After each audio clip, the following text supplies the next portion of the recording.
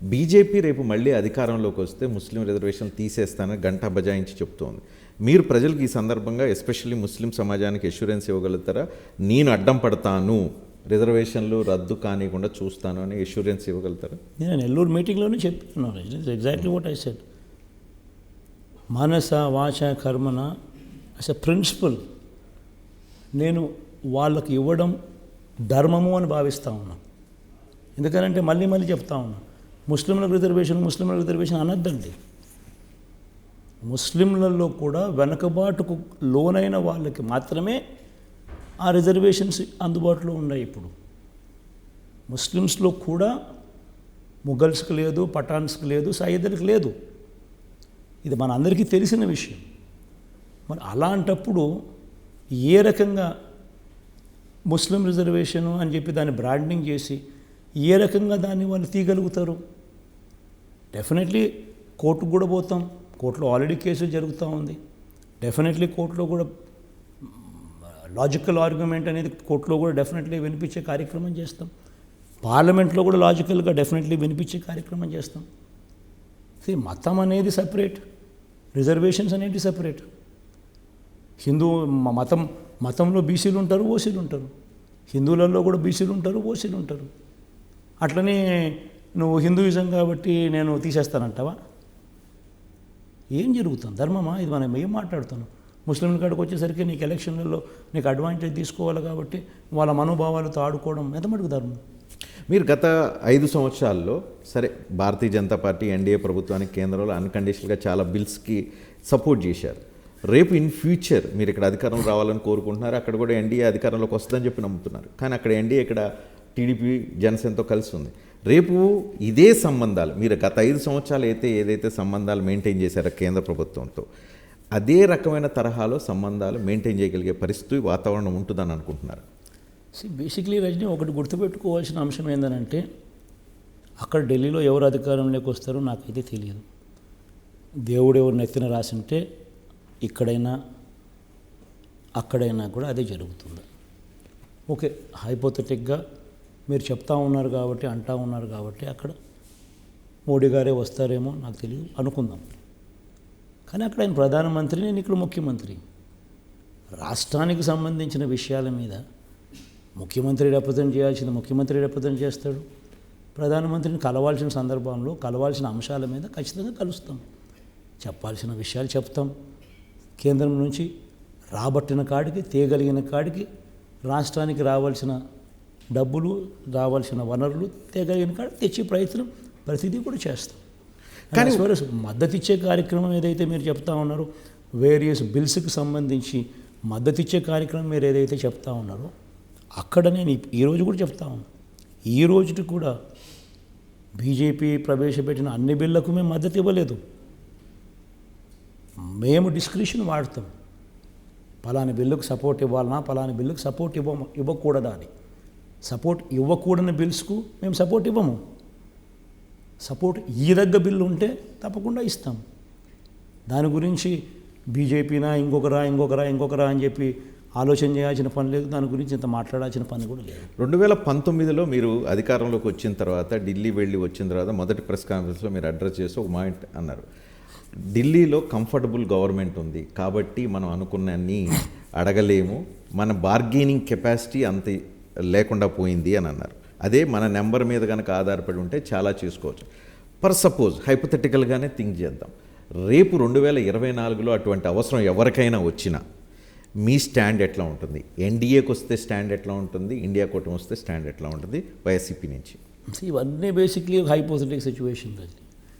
Basically మనం అంతా గుర్తుపెట్టుకోవాల్సింది ఏంటంటే, ఆంధ్ర రాష్ట్రంలో ఇక్కడ 25కి 25 ఎంపీలు ఖచ్చితంగా మనం తెచ్చుకొని మన చేతుల్లో పెట్టుకోవాల్సిన అవసరం ఎంతైనా ఉంది.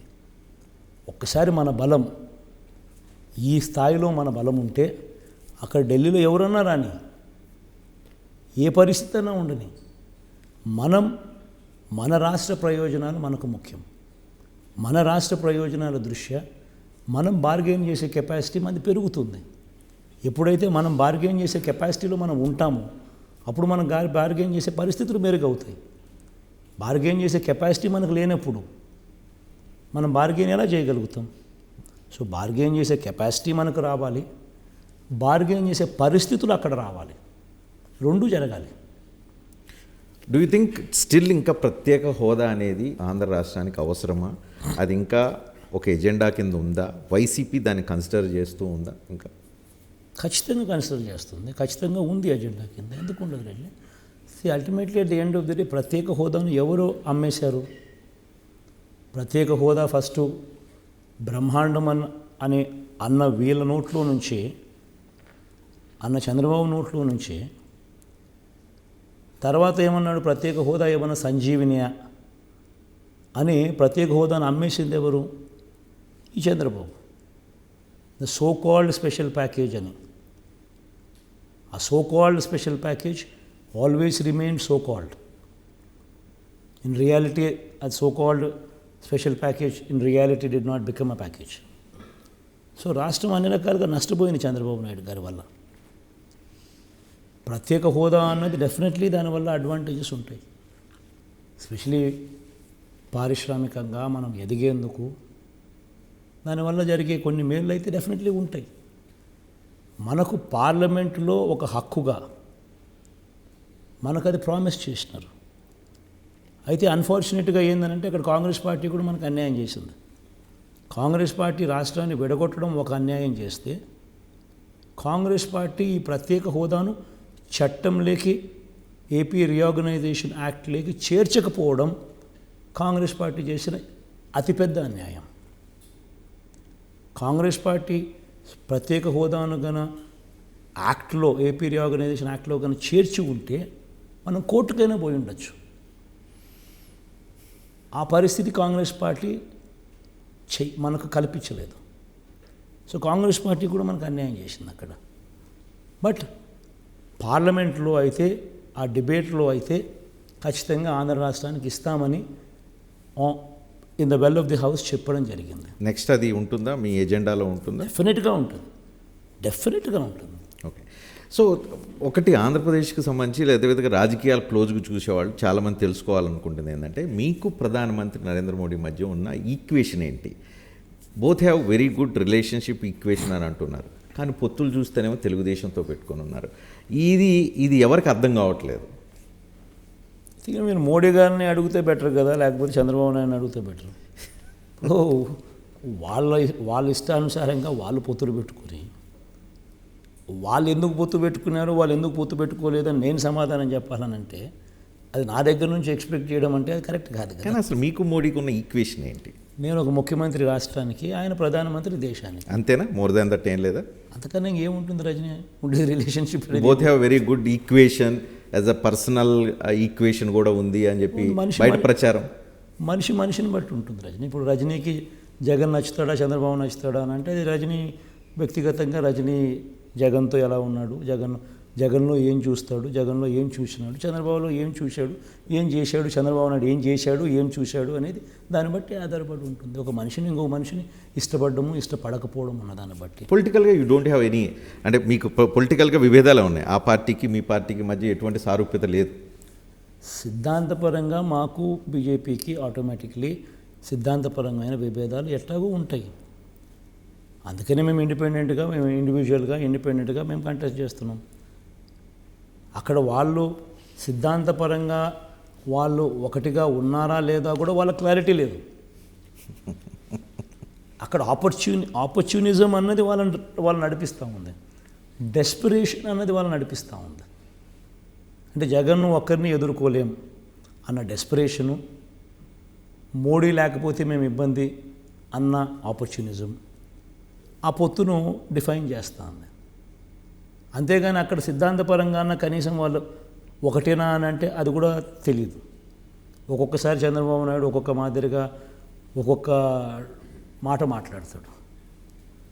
ఎందుకంటే కమిట్మెంట్, ప్రజలకు కమిట్మెంటు లేదు, ఒక మాటకు కమిట్మెంటు లేదు చంద్రబాబు నాయుడు గారితో. 4 రోజుల క్రితం మోడీని, ప్రధానమంత్రిని ఇంటర్వ్యూ చేసే అవకాశం దొరికింది. దాంట్లో క్లియర్ కట్గా ఆంధ్రప్రదేశ్ రాజకీయాల గురించి మాట్లాడారు. అడిగిన సందర్భంలో ఆయన 2 విషయాలు క్లియర్గా చెప్పారు. లోక్సభకు ఎన్డీఏని బలోపేతం చేయటం, కేంద్ర ప్రభుత్వాన్ని మళ్ళీ తీసుకురావాలనే ఒక ఆకాంక్ష ఆంధ్రప్రదేశ్ ప్రజల్లో ఉంది. అదేవిధంగా రాష్ట్ర ప్రభుత్వానికి సంబంధించి రాష్ట్ర ప్రభుత్వాన్ని ఉంచాలా మార్చాలా అనే దాని మీద ప్రజలు ఆలోచిస్తున్నారు, నిర్ణయం తీసుకోబోతున్నారు, మార్పు నాకు కనిపిస్తుంది అని అన్నారు. మీరు దాని మీద మీరేమైనా రియాక్షన్ ఉందా? ఎలక్షన్స్ అంటే దానికే కదా జరిగేది. ఎలక్షన్ అంటే జరిగేది దానికోసమే కదా. కానీ ఇప్పుడు మీరేమనుకుంటున్నారు? ప్రజెంట్ ప్రభుత్వాన్ని అంటే జగన్మోహన్ రెడ్డి ప్రభుత్వాన్ని ఉంచాలా లేదని ఆలోచిస్తున్నారా, లేదా చంద్రబాబు నాయుడిని ఎంచుకోవాలా లేదా అనేది గురించి ఆలోచిస్తారనుకుంటున్నారు? ఎట్లా ఉంది? మీరు ఏ రకంగా దాన్ని చెప్పినా కూడా రజని, అల్టిమేట్గా దాని సారాంశం అయితే ఒకటే. ఎన్నికలు అనేవి జరుగుతూ ఉన్నాయి. ఇటువైపున ఒక ఇన్కంబెంట్ గవర్నమెంట్ అంటే ఒక ప్రభుత్వం 5 సంవత్సరాలు పరిపాలన చేసి ఓట్లు అడుగుతూ ఉంది. అటువైపున ప్రతిపక్షంలో ఉన్న కూటమి ఓట్లు అడుగుతూ ఉంది. సో ప్రజలు వాళ్ళకు మంచి జరిగి ఉంది అని వాళ్ళు అనుకుంటే, ఆ మంచి కొనసాగాలని వాళ్ళు అనుకుంటే జగన్కు ఓటేస్తారు.